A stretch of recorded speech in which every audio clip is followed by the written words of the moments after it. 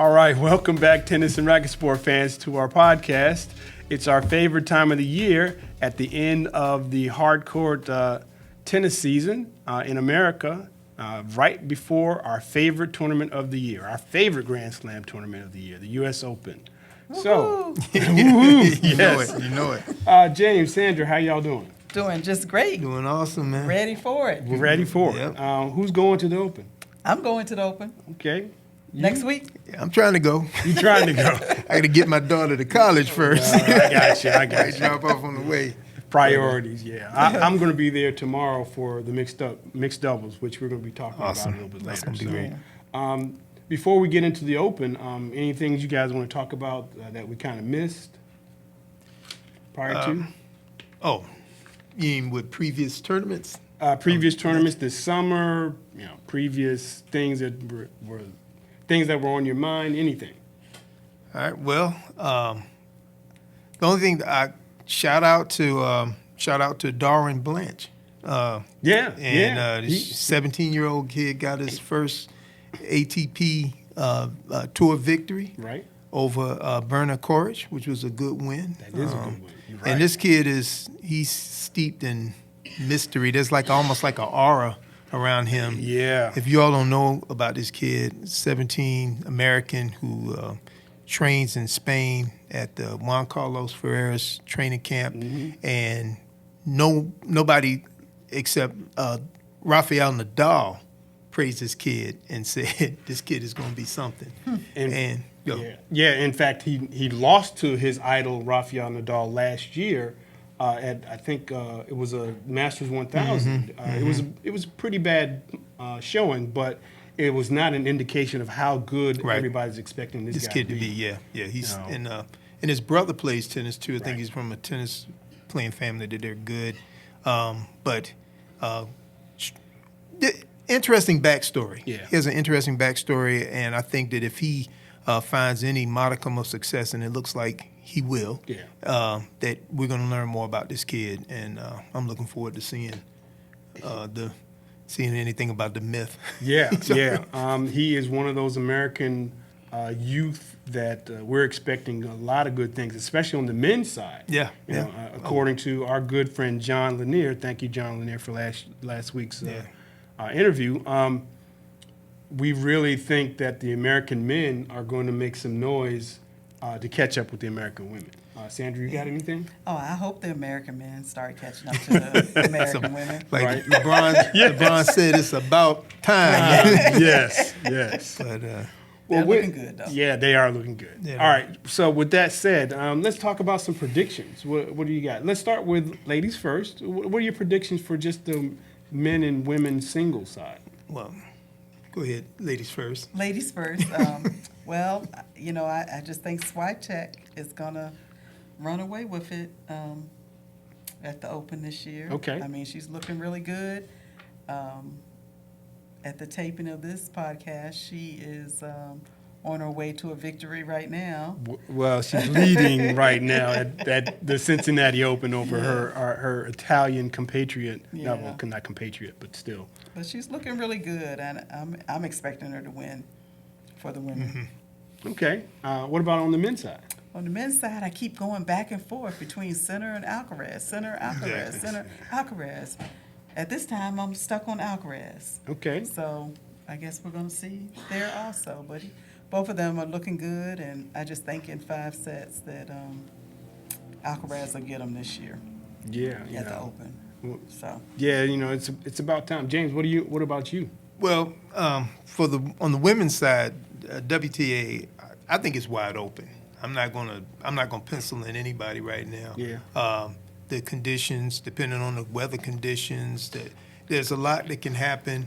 But I think right now there's a sense of parity in the WTA that we haven't seen in a while.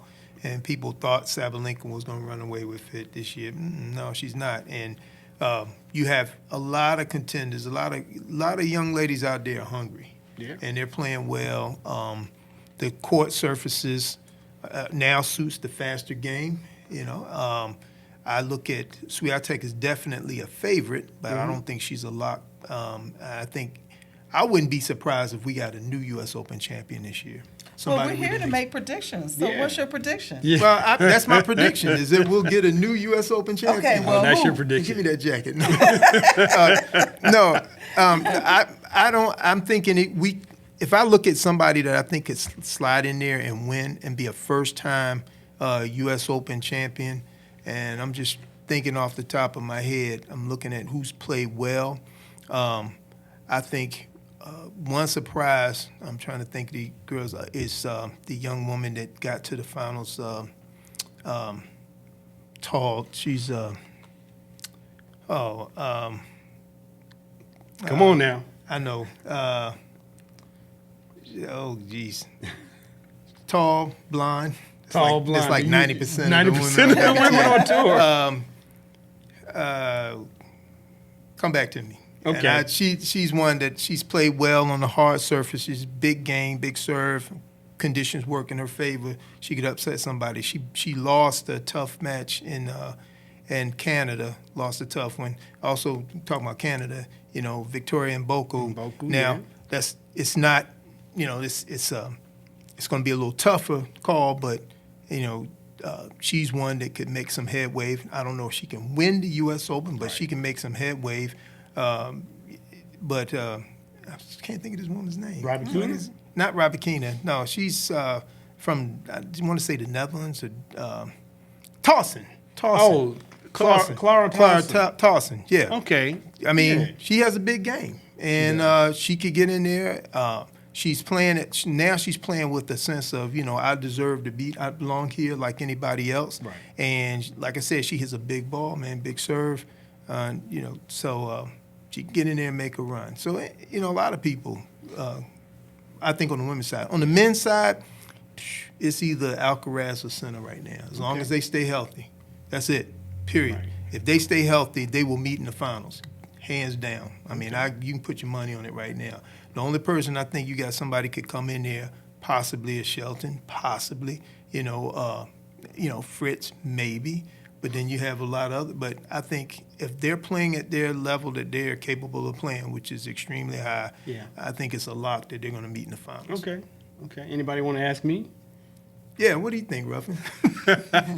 So on the women's side, Clara Towson is a dark horse. Victoria Mboko,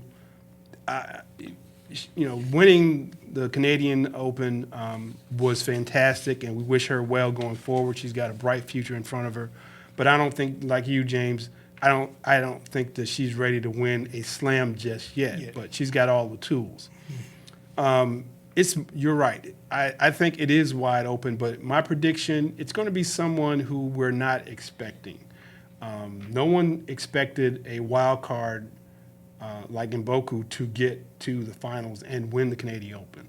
Masters 1000. You got, prime competition, aside from those that are dropping out because of injuries or what have you.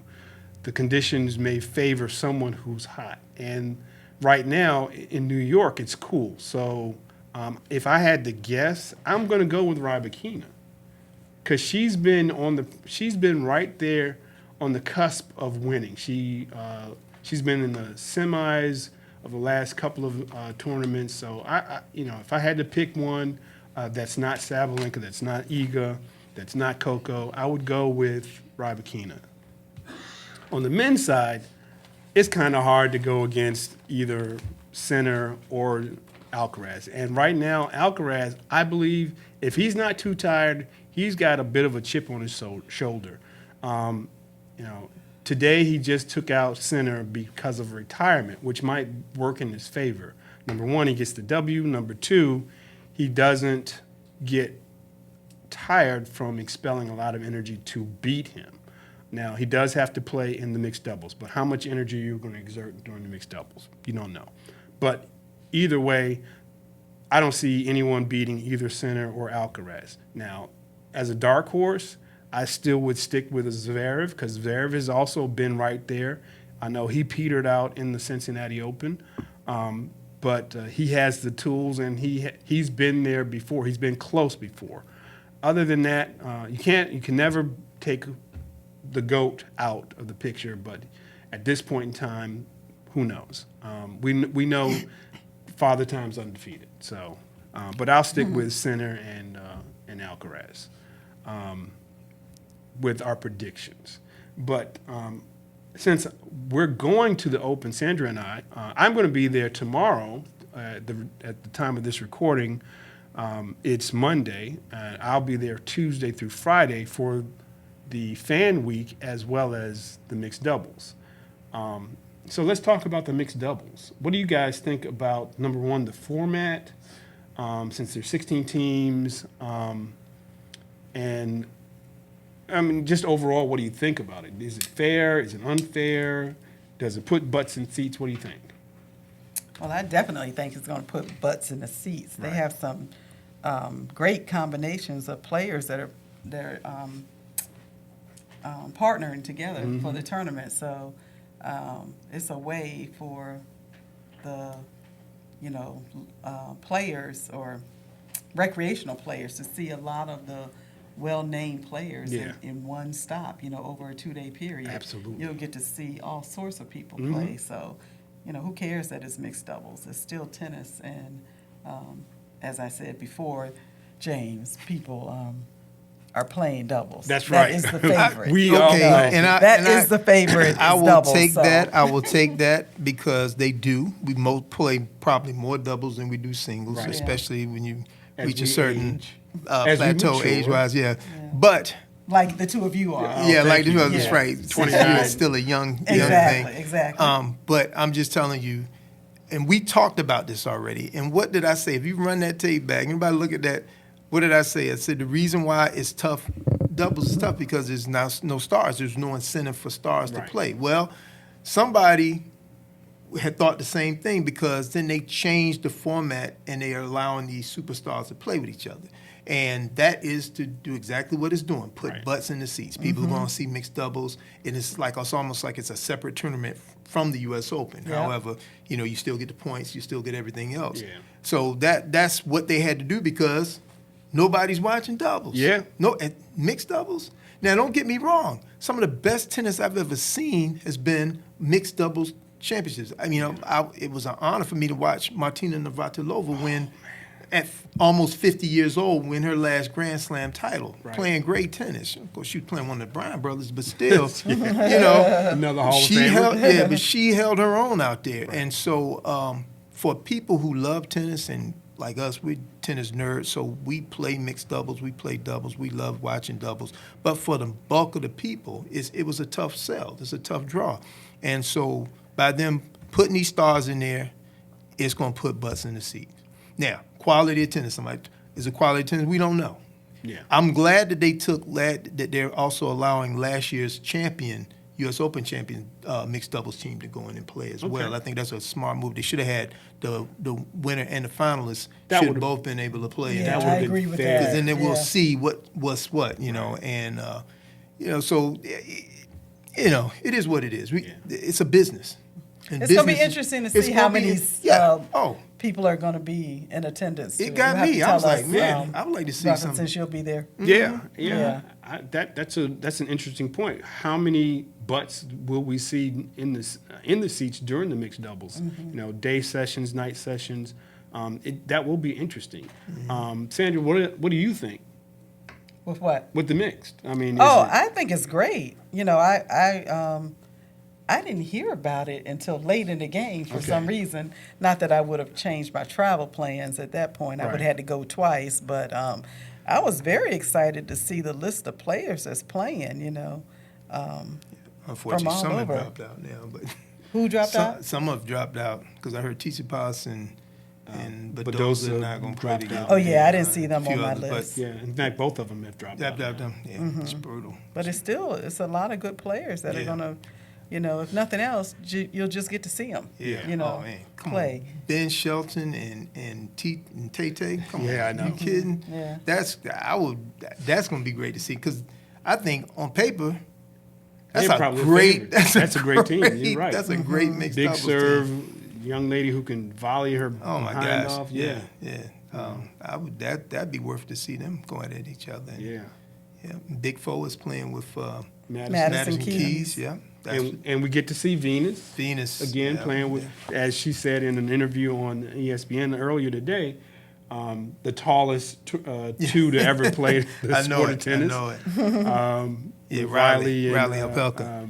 And he's her excited about playing with her. So and that's the other thing too. You got players who they kind of, I don't know if they ask each other we're going to play if they were put together, but they seem to all be very excited about playing with that particular partner. And who wouldn't want to play with Venus Williams? I mean, the legend. The legend, yeah. Yeah, right. That'd be great. Yeah. It's like a dream mixed doubles partner. I'm looking forward to it since I'm going to be there. I may not see a lot on tomorrow because again I'm traveling, but I have tickets to see the semis and the finals. So I'll definitely do my due diligence to report back to you on what my experience was, and hopefully put it to our audience and let them know and see what they get from the experience that through me as the proxy.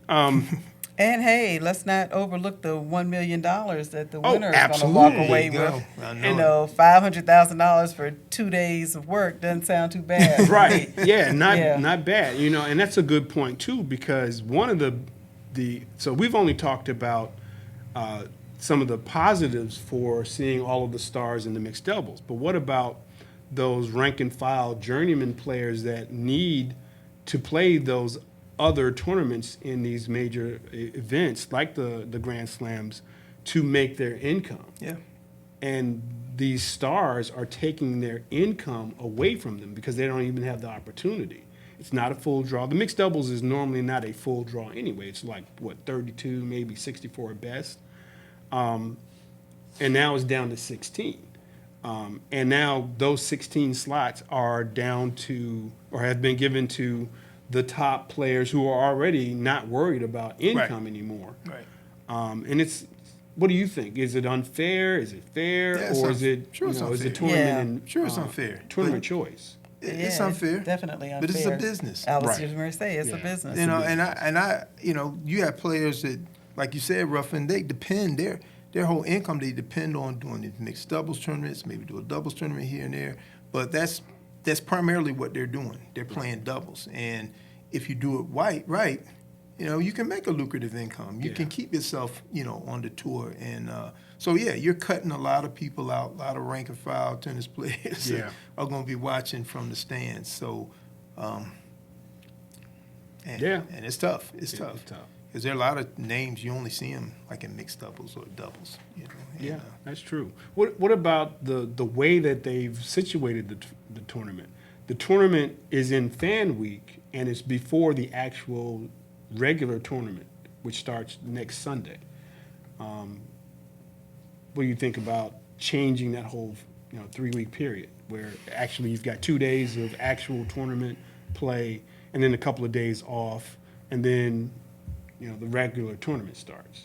Sandra, what do you think? Well, it's great for those top players that can now play in the mixed doubles. But, I guess we'll just have to see when you come live from the Open. Live from tomorrow. I'm going to have to remember that. Yeah, tomorrow and Wednesday. Let's see if it is going to earn some people in the stands for that. Yeah.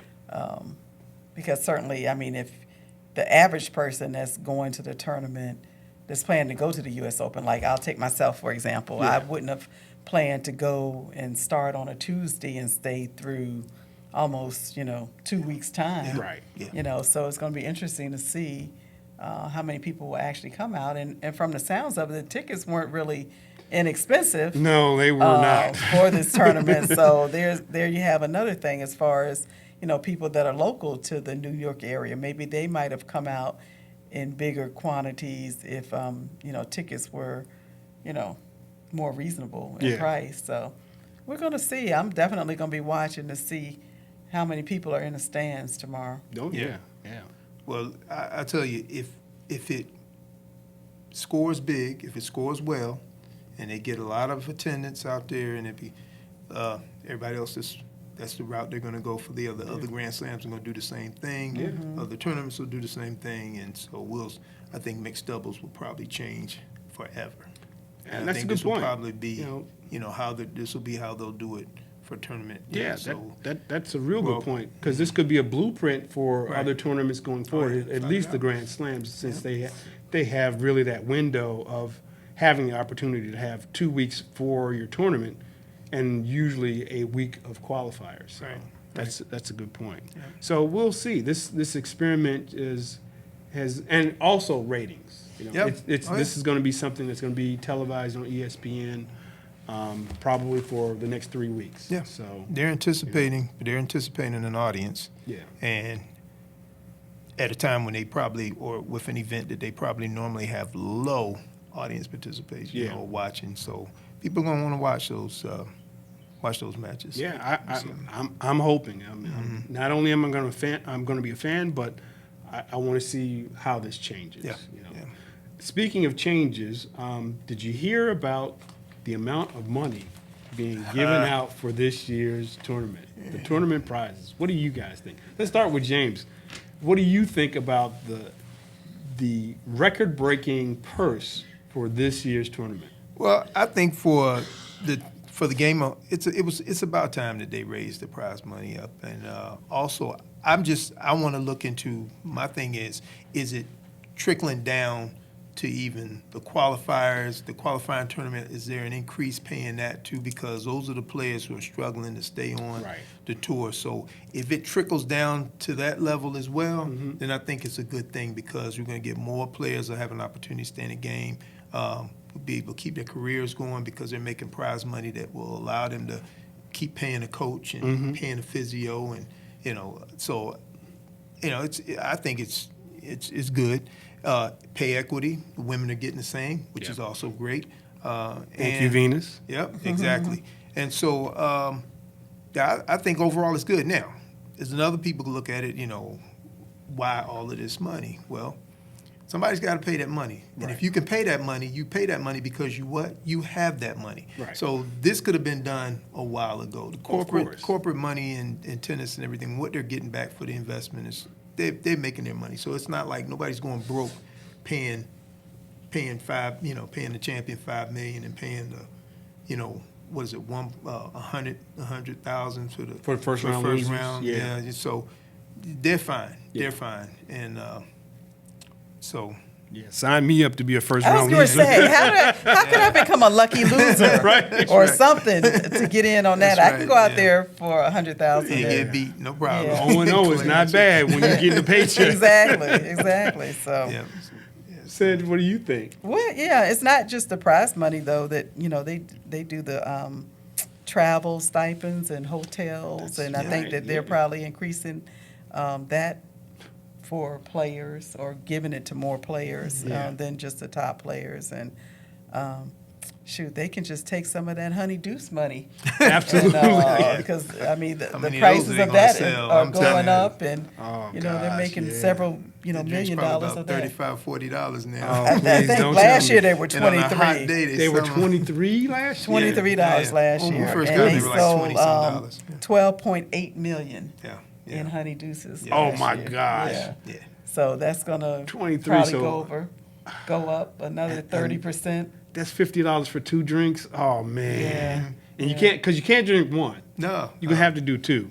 So if you and your significant other are there and you're doing 2 drinks, that's $100 for 4 drinks. Oh my! Oh, they come in the stadium. They got one in each hand. I know. Because they're gonna be there a while, so they just buy 2 and come in the stadium like that. But hence, that's why the prize money is going up. Yeah, honey deuce money is no joke. Money is no joke. Makes you want to be a vendor at the. But now I think it started with Wimbledon because they had the PIMS.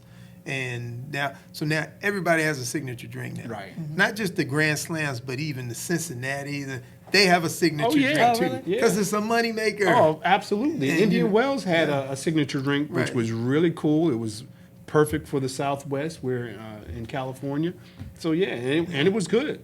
Yeah. As long as but it's got alcohol, so it doesn't matter.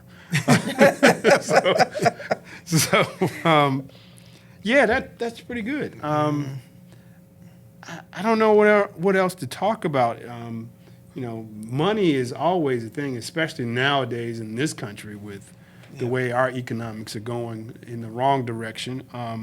It's like the Open is the leader of the pack when it comes to the slams on tournament changes or prize money exceptions or things of that nature. Maybe this money that's going up is going to be leading to some of the changes that are going to happen with Arthur Ashe, since they're close to $1 billion of improvements to make the experience even that much better for the casual tennis player. Yeah. I'm sorry, fan. But still, economics is it's going through the roof. But as long as the rank and file players get to feel some of that impact, and so that their way of life is better, I think it'll be all worth it in the end. Well, yeah, let's hope. Yeah, let's hope. And hopefully all of this money, too, will go down to your challenger tournaments Yes. and futures and that sort of thing, so that these players get a chance, get to, like I said, make enough money that they can keep themselves going. Yeah. And you never know. I mean, how many players that could have been champions didn't get an opportunity because they couldn't stay in there long enough, Right. They had to drop out. And so let's just hope.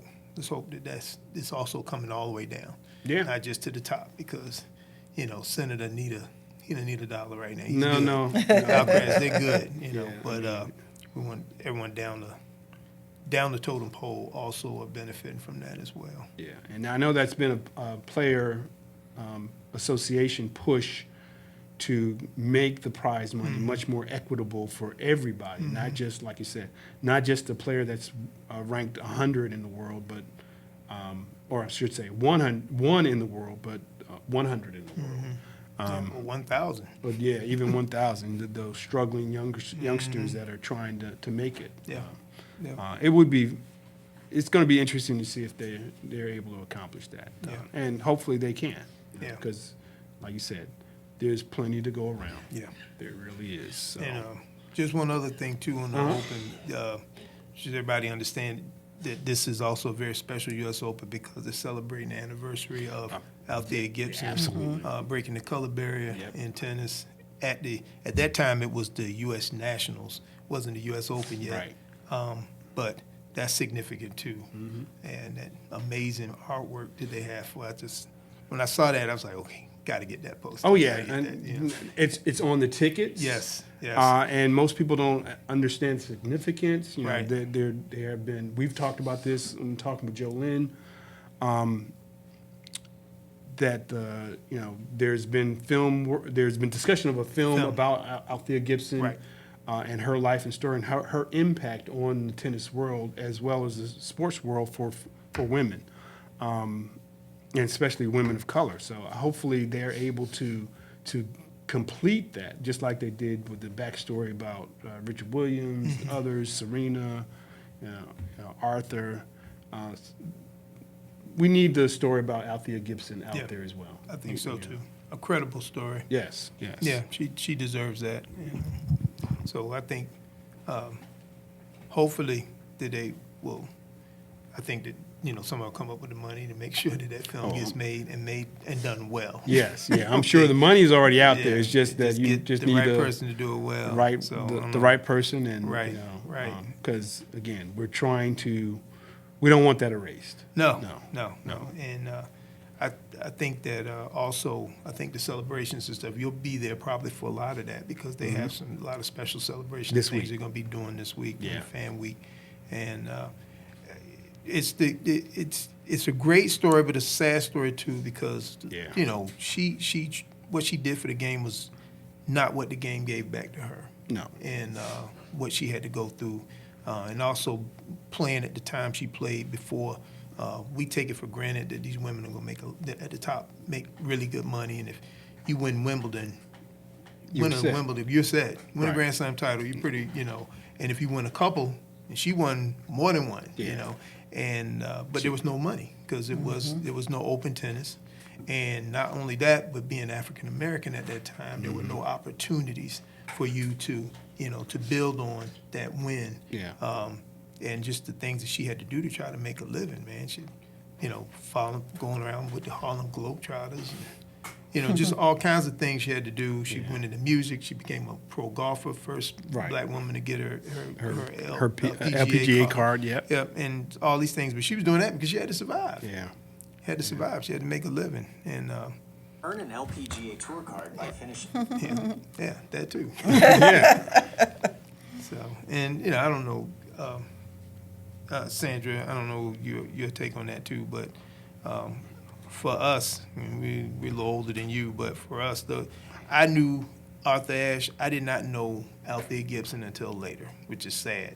And then somebody had to tell me about her, but there was this kind of mystery and lore about her. I didn't know a lot about her, and then when I started reading about her and then hearing more things, I'm like, wow. Yeah. Wow. And then you start, understanding what the real story is about and why we should celebrate her. Absolutely. Yeah. Absolutely. Well, that about wraps it up for our U.S. Open preview. Sandra, you got any parting thoughts?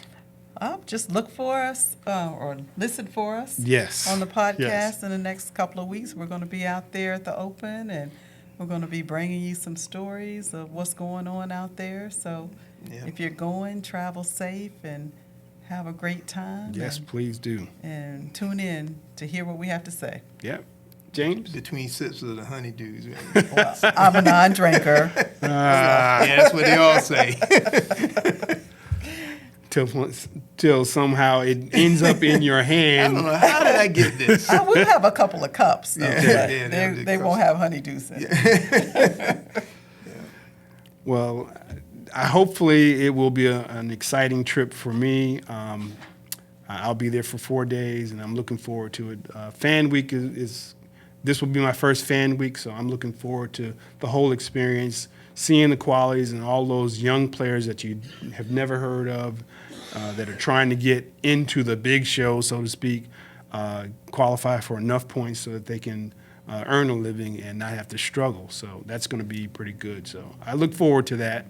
And I also look forward to our next podcast where the three of us bring you our insightful thoughts about tennis and our experiences. So again, thanks for listening. Thanks for tuning in. Always remember to subscribe to our channel. And for the next time we see you, go hit a tennis ball. Or two. Or two.